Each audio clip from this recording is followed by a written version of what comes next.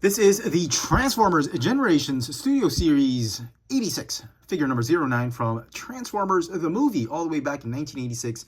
We have Voyager class Wreck-Gar. I picked up this figure at a hobby shop called Babe's Children's World. If you saw my field trip on the hunt videos, that was one of the hobby shops I frequented, and they get stocks directly from the local Hasbro importer, Plakit Philippines. They're the same company that supplies Hasbro products at Toy Kingdom and Toys R Us on consignment, and this was also on consignment at Babe's Children's World. So I got it for the same retail price as I would have picked it up at Toys R Us or Toy Kingdom at $36, I think. Yes, if I'm not mistaken, $36, exactly the same price as a Major Blood figure. Can you believe that? Okay. So, yeah, very, very cool. I'm going to unbox this figure. Okay. So, it's got a instruction sheet and the warranty card, warranty sheet. And he's got the planet Junkion. The Junkion planet Junk. I don't know, I can't remember. I just know they were Junkions. Somebody tell me in the comment section. I can't remember for the life of me what their planet was called. Was it Planet Junkion? I don't know.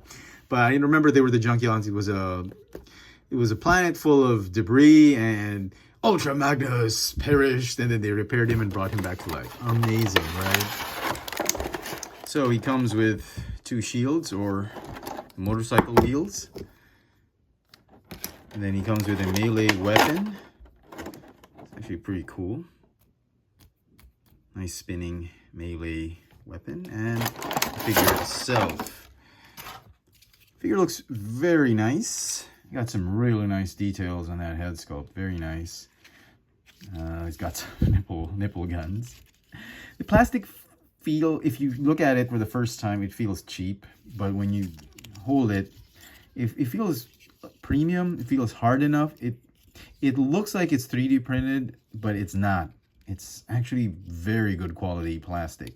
Very muted matte colors on the browns. I don't know what this is, like magenta red, very muted. I don't know what color this is. It's like faded red.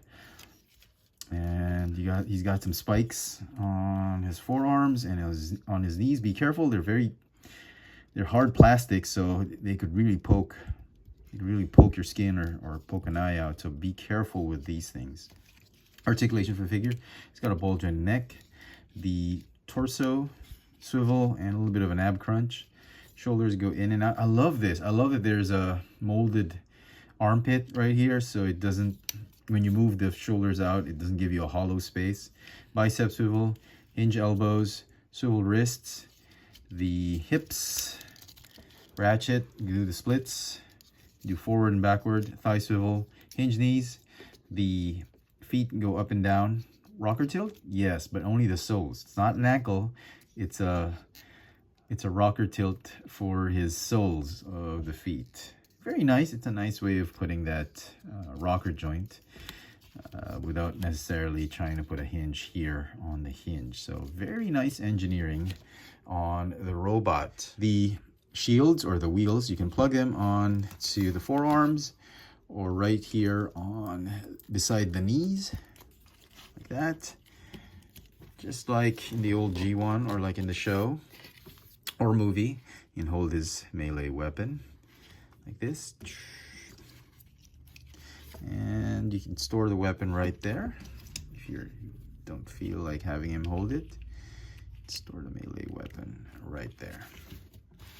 So yeah, it's a very, very good design. It's a very, very good toy. Very good rendition of Wreck-Gar.